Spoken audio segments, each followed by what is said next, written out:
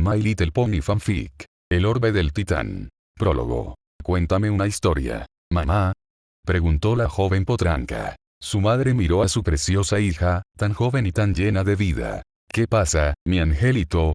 La potrilla se quedó sentada, mirando a su madre con destellos brillantes en los ojos. ¿Por qué la princesa Celestia lo hace todo?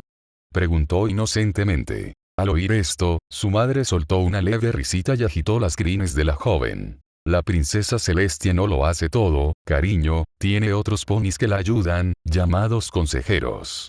Y su hermana, la princesa Luna, también solía ayudar mucho, antes de convertirse en Nigmaremon. Hubo un tiempo en el que gobernaron Equestria juntas. La princesa Celestia también es muy mayor, lo que significa que es muy sabia y capaz, así que puede encargarse de muchos trabajos importantes. La potra se quedó pensativa durante unos segundos y le surgió otra pregunta. ¿Qué pasó con la mamá de Celestia? La madre de la potra no sabía si reír o fruncir el ceño. La maternidad de la princesa del sol era un tema muy serio, ella lo había estudiado en la Universidad de Canterlot en su juventud. Miró el reloj y se dio cuenta de que eran casi las 8. Se está haciendo tarde, cariño, ve a lavarte los dientes y métete en la cama, ya te contaré. La potra jadeó, otro cuento para dormir.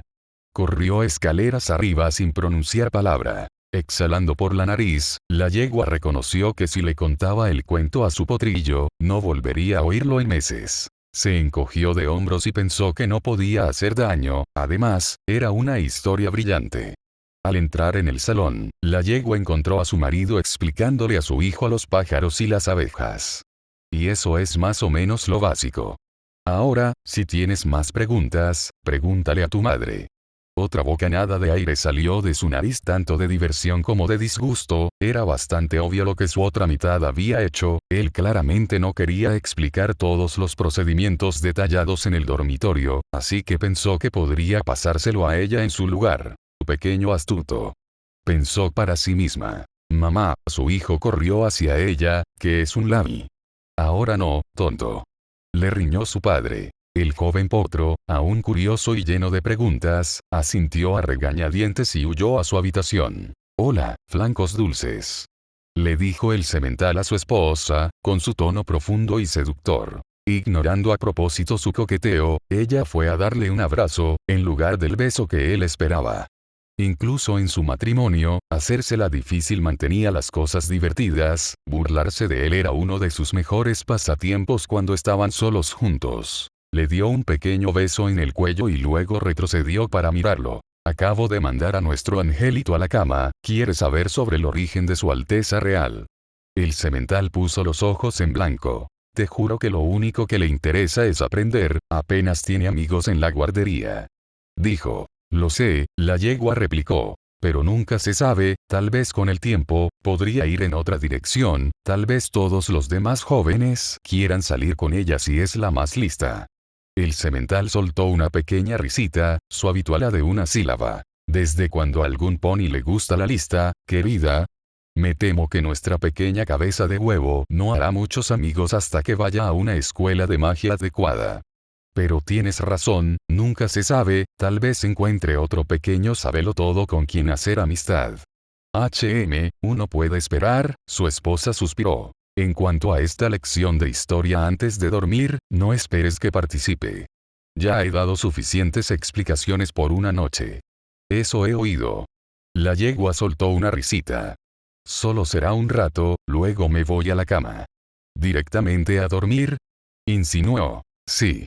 Con eso, le dio un beso en la mejilla a su marido y subió las escaleras, dejándolo un poco decepcionado. La puerta de la habitación de la potrilla se abrió, revelando a su madre. Me he lavado los dientes. Anunció la potrilla. Enséñamelos. Mostrando los dientes, su madre los inspeccionó y luego le plantó un beso en la frente, tomando nota para evitar su pequeño cuerno de unicornio, satisfecha con su cepillado de dientes. Arropó a su hija y se sentó junto a la cama, apoyándose en la mesilla. ¿Me vas a contar un cuento? Sí, y es un cuento muy especial. Mientras la potrilla se retorcía para adoptar una postura cómoda, su madre reflexionaba sobre cómo iba a redactar la fábula. Era bastante compleja y no quería decir nada que pudiera confundir demasiado a su potrilla. Muy bien, cariño, esta historia trata de cómo se creó Equestria y de dónde vinieron las princesas. Contestó. Oh no, cuéntamelo. Chilló la joven, ansiosa por aprender. Calla, cariño, no te lo contaré si no te calmas. En un instante, la potrilla se quedó inmóvil y callada como un ratón de puerta. Le encantaba aprender más que nada en el mundo entero. Su madre no pudo evitar acordarse de sí misma cuando era más joven. Entonces, su madre empezó, pero fue interrumpida por su hijo, que irrumpió en la habitación. Mamá, ¿puedo preguntarte algo? Debido a lo que acababa de oír abajo, estaba muy claro que era ese algo.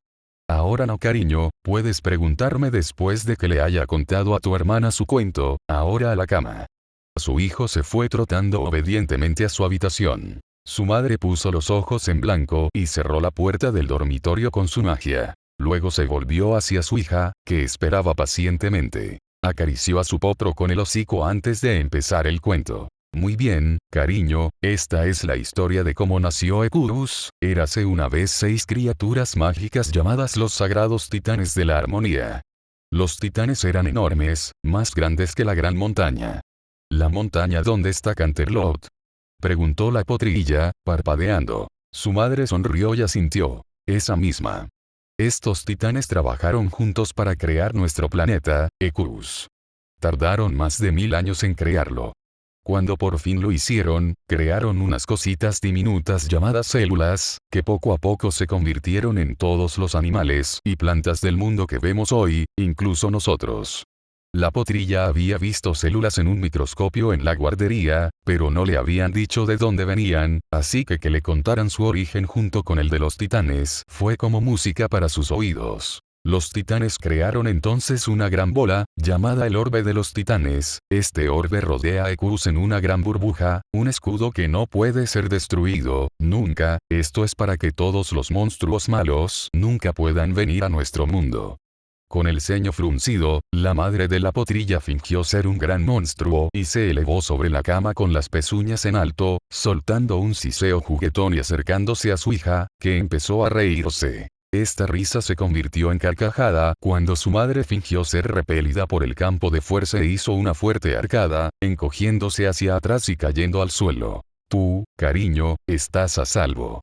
Dijo amablemente, levantándose de nuevo y calmando a su hija. La potra se acercó a su madre y la abrazó, antes de dejarla continuar con la historia. Los titanes crearon algo más, una espada especial, la espada de los titanes.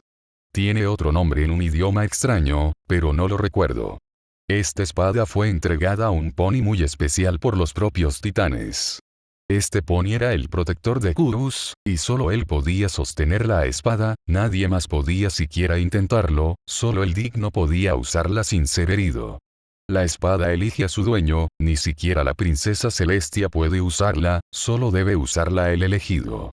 Las pupilas de su hija se dilataron, hipnotizada por cada palabra, completamente asombrada con esta nueva información. Un día, la yegua continuó. El titán de la masa, llamado Apleox, se volvió malvado y engulló a los demás titanes. ¿Los engulló?, chilló la potranca. En efecto, lo hizo, asintió su madre, pero algo realmente especial sucedió justo antes. La potra se sentó en su cama, demasiado emocionada para quedarse quieta, estaba extasiada, desesperada por saber más. ¿Qué pasó? ¿Qué pasó?, chilló. Su madre volvió a calmar a su hija antes de continuar, colocó una pezuña sobre el pecho de su hija y la recostó ligeramente con una cálida sonrisa. La titán de mana, llamada Duilus, se dio cuenta de que Apleox iba a comérsela. Así que utilizó todos sus poderes, para crear 2 ponis muy especiales. Las princesas. Su madre soltó una risita. Así es, mi angelito, Duilus creó a las princesas Celestia y Luna. Luego las envió a Ecurus para que gobernaran Equestria y protegieran el país. Luego Duilus fue engullido por Apleox. ¿Qué pasó entonces?, preguntó la potrilla. Apleox también intentó engullir a Ecurus, pero no pudo. El orbe de los titanes se dio cuenta de que se había convertido en un monstruo y se aseguró de que no pudiera hacernos daño. Lo paró en seco y le dio una gran descarga mágica. Apleox huyó, sabiendo que nunca más podría dañar nuestro mundo. El orbe nos mantiene a salvo. La potrilla no dijo nada esta vez, se limitó a mirar atónita a su madre, asombrada de que todo aquello fuera cierto. Tantas preguntas rondaban su cabecita: ¿cómo eran los titanes? ¿Cómo eran de grandes? ¿Dónde estaba Apleox? Tal vez podría blandir la espada de los titanes. Tal vez si se esforzaba mucho. Bueno, eso es todo, dijo su madre antes de levantarse. Espera, chilló la potranca. Su madre levantó una ceja. ¿Qué pasó con el héroe, con la espada? Todo esto ocurrió hace miles y miles de años, cariño. El héroe falleció hace tanto tiempo que nadie recuerda ni su nombre, contestó ella. ¿Y la espada? Su madre suspiró, parecía que nunca se libraría del hervidero de preguntas que ahora tendría su potrillo. La espada está a salvo junto al orbe de los titanes, en lo más profundo de las cuevas de Canterlot. Terminó. ¿Volverá la espada a elegir a algún pony?, preguntó su hija, ladeando la cabeza. Podía notar en la voz de su hija que era su última pregunta, y para ser honesta, era algo que incluso la yegua se había preguntado alguna vez. Bueno, una vieja leyenda dice que un día, cuando Equus esté en grave peligro, y cuando la esperanza esté casi perdida, surgirá un nuevo héroe.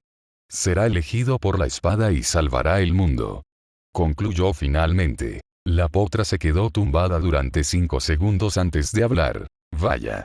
La yegua sonrió a su hija, que ahora estaba acurrucada en la cama, pensando tranquilamente en todo lo que había aprendido. Buenas noches, mi angelito, susurró antes de besar a Sukin en la frente, y salir de la habitación. 14 años después, en las profundidades de las cuevas de Canterlot, una sombra, desapercibida e inaudita, se deslizaba entre las rocas, cada vez más cerca de su objetivo. Los numerosos guardias no tenían ni idea de lo que se avecinaba. Fue entonces cuando una pequeña piedra se dejó caer detrás de un gran grupo de cristales, a lo que solo uno de los guardias se dio cuenta. ¿Eh?, murmuró, caminando hacia el sonido. Dejando la luz, qué estúpido, la forma oscura pensó para sí mientras esperaba pacientemente a su presa. El guardia caminó detrás de la roca para investigar, y antes de que pudiera parpadear, una hoja afilada se colocó bajo su barbilla y le abrió la garganta. En cuestión de segundos, estaba muerto. Siguiente, pensó la criatura, trepando por un pilar de piedra hasta el techo. Boca abajo, sumergidos en las sombras, ninguno de los guardias podía siquiera contemplar el inimaginable peligro que les acechaba directamente encima, trazando mentalmente sus patrullas, observando sus movimientos y planeando cómo moriría cada uno de ellos. En la media hora siguiente, otros 6 guardias habían muerto, y ahora solo quedaban 3. Por fin, el capitán de la guardia se dio cuenta de que su número había disminuido considerablemente. Oye, ¿a dónde fueron los otros? La última vez que vi a Koinov fue alrededor de ese cristal de allí, contestó uno de sus compañeros. El capitán se alejó en busca de sus compañeros, mientras los otros 2 permanecían en su sitio. Si hubiera levantado la vista, habría visto los ojos que le miraban desde arriba. Cuando vuelvas, vas a encontrar un espectáculo bastante curioso, tus hermanos de armas, destrozados y fríos. Me pregunto si gritarás. Espero que grites, la criatura pensó para sí misma. Se dirigió hacia los guardias, aislados y a solo 1 metro de distancia. Era demasiado fácil. ¡Qué presa fácil!, pensó, desenvainando sus espadas principales. Antes de que se dieran cuenta, el adversario había descendido y aterrizado detrás de ellos. Una criatura de semejante tamaño no debería haber sido capaz de permanecer tan silenciosa, y sin embargo no sonaba más fuerte que un guijarro golpeando ligeramente el suelo. El ruido fue suficiente para que se dieran la vuelta, pero antes de que pudieran ver a la bestia, ésta había blandido sus espadas y los había decapitado a ambos de un solo golpe en forma de X. La oreja derecha del capitán de la guardia se agitó. ¿Qué era ese sonido? Ahora solo, sin tener ni idea de lo que ocurría a su alrededor, siguió caminando en busca de sus hermanos. Entonces se fijó en un rastro de líquido, que se acumulaba en algunas partes del suelo de piedra irregular. con la poca luz que había, no pudo distinguir el líquido, y decidió seguirlo para investigar. Su investigación se quedó corta, ya que tropezó con el cadáver de su compañero, Koinov. ¡Ah, ah! ¡Ah! Gritó, saliendo disparado. La criatura tenía que actuar rápido, si daba la alarma ahora, podría muy bien fracasar en su cometido. Envainó sus espadas y se lanzó hacia el capitán a una velocidad alarmante, patinando por el suelo más rápido que cualquier criatura conocida en la humanidad pony. Se lanzó sobre él, golpeándolo con toda su fuerza, clavándolo en el suelo con tanta fuerza que le abrió una pierna a la altura de la tibia. ¡Gaa! Aulló de dolor, cerrando los ojos, retorciéndose de agonía. Patético, la criatura habló con una voz oscura y demoníaca. El capitán abrió los ojos y se ensució literalmente. No podía hablar, porque la visión que tenía ante sus ojos era tan horrible que le dejó completamente petrificado. Para cuando pudo recuperarse, la criatura ya le estaba desgarrando la carne, separando la piel de los músculos y los músculos de los huesos. Sus gritos resonaron por todas las cuevas de Canterlot, hasta que se detuvieron bruscamente. La criatura dejó caer el cuerpo inerte y se dirigió hacia su premio. El orbe de los titanes estaba sobre un pequeño podio de cristal, junto con la espada de los titanes, incrustada en el propio podio. Solo una cúpula de energía mágica se interponía entre la criatura y lo único que mantenía a Ekus realmente a salvo. La criatura colocó sus garras sobre el campo de fuerza e intentó atravesarlo, y se encontró con una violenta sacudida. Sin embargo, ya se lo esperaba y, desde luego, no venía desprevenido para su nefasta misión. El mundo de Ekus poseía muchas reliquias y artefactos que reunían un gran poder, y de la espalda de este monstruo se extrajo un artefacto de este tipo, uno que había pertenecido al mismísimo gobernante del Tártaro, el gran Lich del inframundo y cuidador de los muertos. Hades. La reliquia en cuestión era un largo bastón, con el cráneo de un unicornio, que a su vez tenía los cuernos de un minotauro. El otro extremo del bastón albergaba la garra mal formada de un grifo, que aferraba con fuerza un cristal del más vil tono verde. Con sus mandíbulas chasqueando ansiosamente, la criatura empujó el bastón hacia el campo de fuerza, del que resumó una niebla verde y enfermiza que comenzó a fundirse con la barrera mágica. La niebla se extendió como un veneno hasta que toda la cúpula adquirió un profundo color esmeralda, se oscureció cada vez más hasta que finalmente se derrumbó sobre sí misma, desintegrándose en copos negros que quedaron suspendidos en el aire. Por fin, la criatura impía habló, con los colmillos aún húmedos de sangre de pony. La criatura del mal puro se acercó al bloque de piedra tallada en el que estaba construido el podio, y se tomó un breve momento para inspeccionar el orbe de los titanes. Le invadió un sentimiento de orgullo por haber llegado por fin a este momento, tras todos estos siglos de paciente espera. Retrocedió y, apuntando con el bastón al orbe, empezó a entonar un cántico en una lengua antigua, casi olvidada por las razas de Ekus. Tum tika un tompanekifkei. Seter kupsitika un ex frau. Su voz demoníaca onduló por las cavernas, y más magia verde enfermiza surgió del báculo y envolvió al orbe, haciendo que se elevara en el aire. El podio empezó a desmoronarse y, en cuestión de segundos, todo el zócalo de cristal se había hecho añicos. La espada que había quedado encapsulada en su interior flotó justo debajo del orbe, brillando en azul y parpadeando intensamente. A continuación, el orbe empezó a zumbar con fuerza, y en su superficie comenzaron a formarse grietas brillantes, de las que brotaron ráfagas de chispas rojas y blancas hirvientes, que se extinguieron inmediatamente al entrar en contacto con la magia demoníaca que rodeaba ambas reliquias sagradas. Y entonces... ¡Bum! Toda la cueva fue sacudida con violencia, y masas de cristal, roca y piedra se hicieron añicos por la fuerza de la calamidad. Cuando el humo se disipó, se vio que el orbe y la espada habían desaparecido. No quedaba más que la roca chamuscada bajo él, y la criatura, que dejó escapar una pequeña risita, escabulléndose entre las sombras. Finalmente, lo he conseguido, el fin de todos los días llegará, Ekus arderá en los fuegos de la guerra, y en los momentos finales de su apocalipsis, todos conocerán el nombre. Nalek,